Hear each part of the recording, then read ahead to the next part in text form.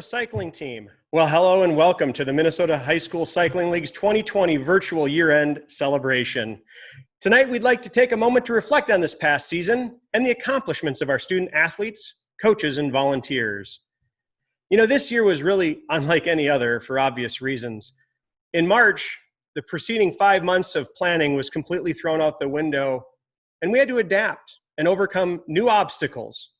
We got to learn a lot of new acronyms like PPE, and we had to figure out exactly how to keep your face mask on top of your nose while not flopping your ears out.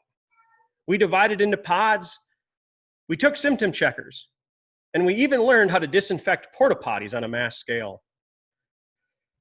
You know, we didn't have a chance to have our gigantic races of years gone past, but we got to try out these time trials. And more importantly, we had an opportunity to go out and ride our bikes. 2,125 new student athletes were able to ride their bikes this year in the Minnesota High School Cycling League. And it was with the hard work and dedication of our coaches, parents, and the league core staff that this season was able to happen.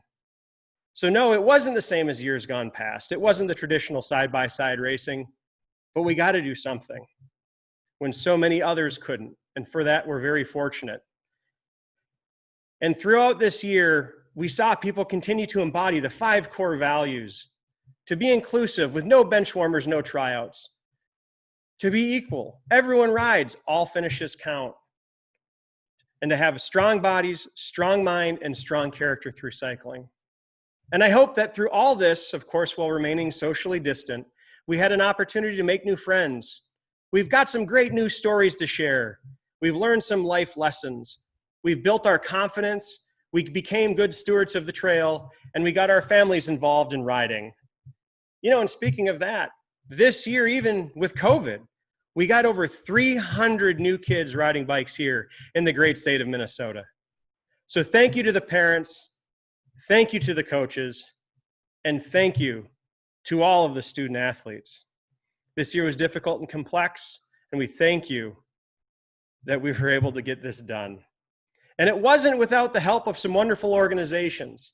These organizations are the ones that support the Minnesota High School Cycling League, and so please consider supporting those businesses that support us for any future purchasing decisions. And those will start out with our friends at Eric's Bike and Boards, one of our founding retailers here in Minnesota. Trek Bikes, Cliff Bar, Podium Wear, Giant Bikes, Maury's Minnetonka Subaru, Polaris, MTB Toys, the Lutzen 99er, Wolf Tooth Components, and Otso Cycles, the Schwamigan Fat Tire Festival, Strike Visuals, Gear Junkie, Squirt Lube, the University of Minnesota Cycling Team, Motion Picture Advertising, the Bora Epic, and of course our friends at Buck Hill. Now this is normally when we'd sit down and we'd get to watch one of our great videos from Mr. Todd Bauer with the year-end in review, and I promise you it's coming. So stay tuned to Facebook, social media, or your email. It'll be out in the Single Track Times when our year-end review video is available.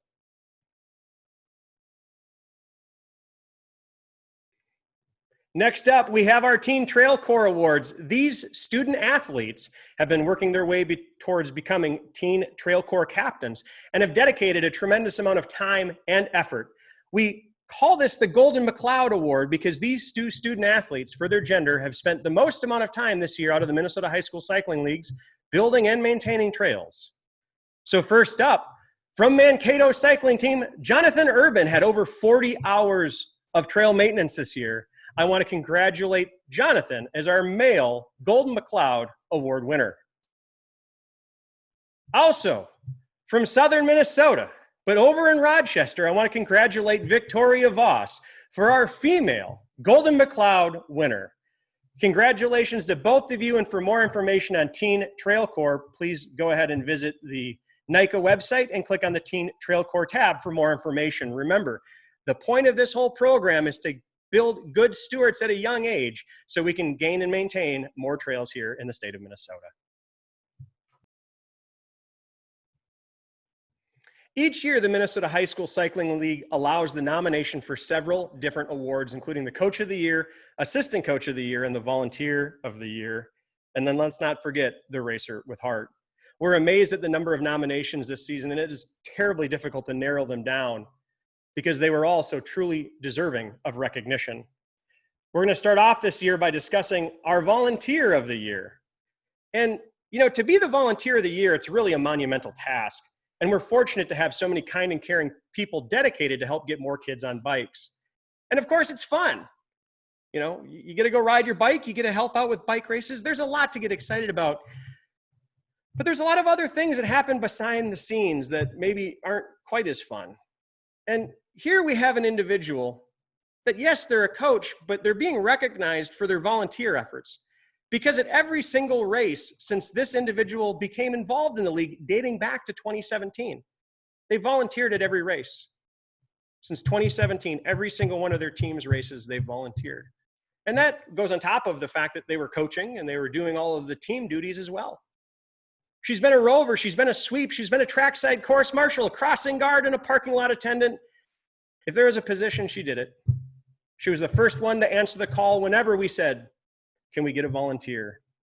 And never mind those odd projects, those things that maybe weren't the most enjoyable, she was always there to make sure that the show could go on.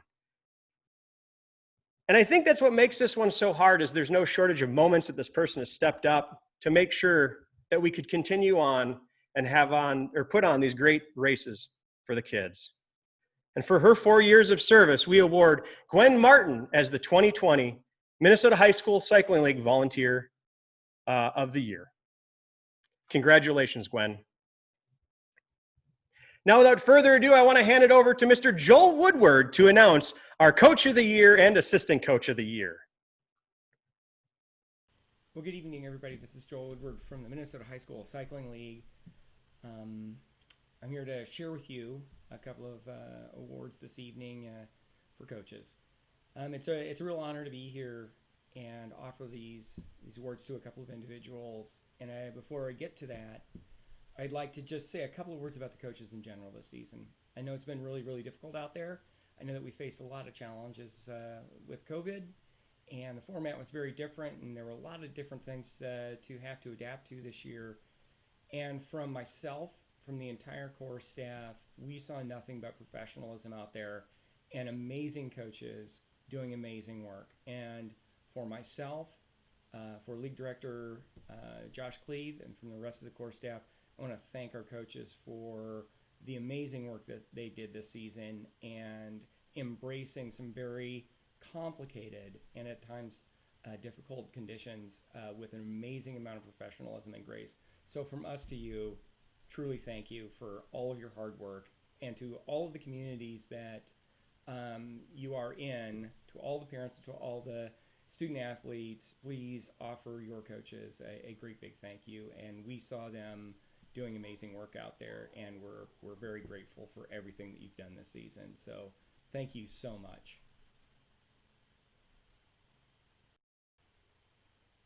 So I'd like to move on to recognizing our first coach for this season. This is for an outstanding assistant coach. This particular coach started a new team 3 seasons ago, and they've grown it from 0 to 30 kids. And a lot of that was due to this particular individual's hard work and community spirit and reaching out in the community and really helping get this venture off the ground. One of the comments that came up frequently in folks that were talking about this person is that this person really exuded a deep love of the sport, and that they really took the time to get to know each individual athlete and to dedicate themselves to each individual athlete and helping them kind of find their way in this sport. And for that, they really expressed a tremendous amount of gratitude for that time and effort. And that was one of the real things that caught our eye and the eye of the other coaches with respect to this particular person. One of the other things that came up was a lot of talk about family. This coach welcomed not only the student athletes but their families into the community that surrounded the team, and it became a real integral part of their success, having this level of connection and communication back and forth with the families formed this really strong bond amongst the the entire community. And it came up frequently too that they then described the team as being very much like a family, and it was one of the real strengths that was fostered by this particular coach. One person, I'm going to quote a little bit here, said, "I not only consider Coach Blank an incredible coach, but a dear friend, and I am blessed to be a member of his team." For that and many, many other reasons, our Assistant Coach of the Year this year is Craig Santleman from Hudson. Craig, thank you for your hard work. Congratulations, sir. You've earned it. And I have seen you doing the hard work that comes with coaching. And thank you from myself, from the entire core staff, from coaches and kids statewide. Well done, sir. And now we'd like to take a few moments to recognize a head coach. Like the assistant coaches that people sent us nominations for and talked about and wrote about to us, the head coaches that we heard about, there were so many that were deserving of recognition for their very hard work and the amazing things that they're doing in their host communities. But we have to pick one. And this particular coach did really exemplify some of those qualities so well. And we heard so many people comment about that we would like to share a little bit of a story and some recognition and some thanks to this particular coach.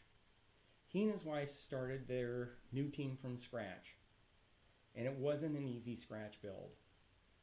They really reached out into the community and dedicated a lot of time to fostering those connections to community that allowed the team to exist and thrive. And it was that hard work that allowed the entire venture to even happen.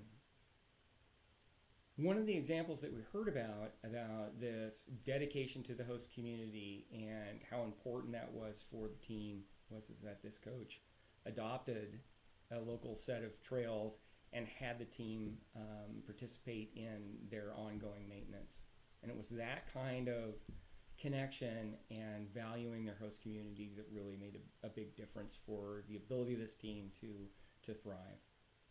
One of the other areas that we heard a lot about was this coach. He dedicated a lot of time to every individual athlete. Take the time to really get to know them and to provide high quality coaching and showed that he cared. And so that was another quality that really we heard so much about. It was funny too, we heard from a lot of people, a lot of the sort of little coaching vignettes that happen all the time. And they said that he fixes bikes, he wears a sheriff's badge, he eats hot gummy bears, he inspires, he leads, he cares. This year's head coach of the year is Matt Hagelin from Cloquet, Esco, Carlton. Matt, well done, sir. Thank you so much for all your hard work. And the folks up there have got to be just proudest bunch of you and your wife and that team. Thank you so much for everything you guys are doing. You're doing great. Well, thank you, Joel. Now it's time to talk Racers with Heart. The Minnesota High School Cycling League isn't just about racing. Frankly, there's plenty of organizations that focus on just that. The Minnesota High School Cycling League is about improving our student athletes' lives through cycling. And this goes back to our 5 core principles of being equal, inclusive, and building strong bodies, strong mind, and strong character. Tonight, we're here to award 2 Racers with Heart, 1 man and 1 woman. And these individuals have shown us what living out these core values really looks like. It has nothing to do with the podium. It has everything to do with living up to those values.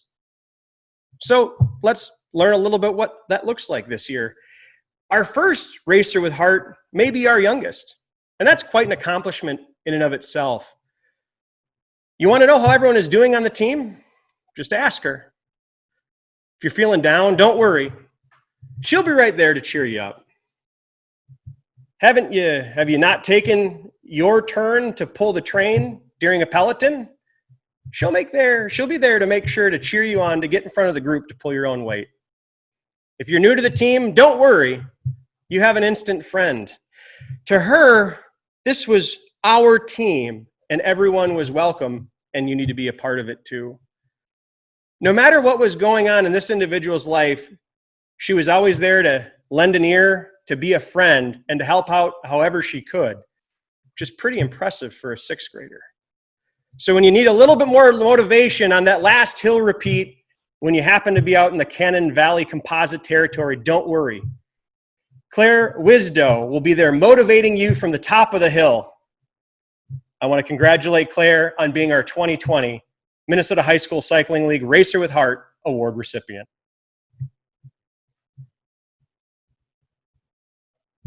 Now for our second award winner for the Racer with Heart category. You know, I got to say, this season didn't start out as planned for all of us. But for this individual, it was a little bit different. During a Play for Patrick Foundation heart screening offered at his school, a defect was found in his heart, leaving him with a decision as to whether or not to have open heart surgery.